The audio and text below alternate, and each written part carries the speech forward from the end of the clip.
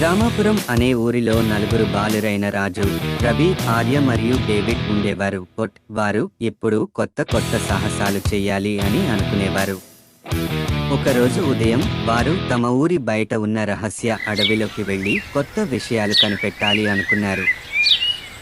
వారు నలుగురు కొన్ని తినే పదార్థాలు తీసుకుని అడవిలోకి బయలుదేరారు. వారు అడవి లోపలికి ప్రవేశించినప్పుడు చెట్లు పొడవుగాను మరియు అడవి దట్టంగా ఉండి పక్షుల కూతలు మరియు ఆకుల చప్పుడుతో చాలా ఆహ్లాదకరంగా అనిపించింది. గంటలు గడిచినవి. వారు ఇంతకు ముందు ఎప్పుడు చూడని అడవిలో ఒక భాగంలో ఆగిపోయారు. అకస్మాత్తుగా ఆకాశం నల్లగా మారింది.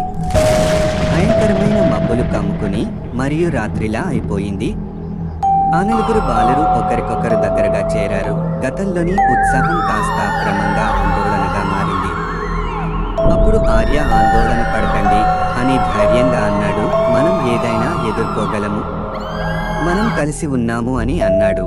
అప్పుడు అకస్మాత్తుగా వారి ముందు తెల్లని రూపముతో ఒక భూతం నవ్వుతో నిలబడింది.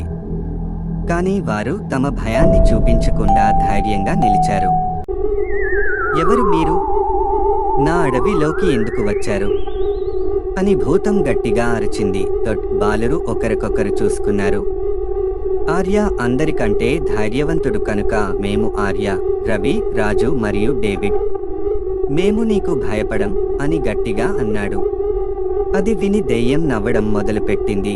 ధైర్యమైన వారే, భూతం ఇప్పుడు స్నేహపూర్వకంగా చెప్పింది.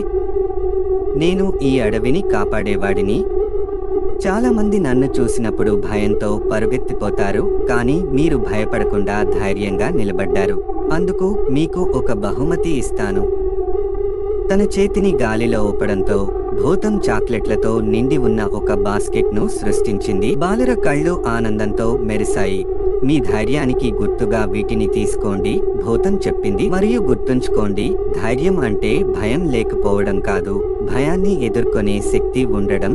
ఆ నలుగురు బాలురు చాక్లెట్లను ఆనందంగా తీసుకుని భూతానికి కృతజ్ఞతలు చెప్పారు.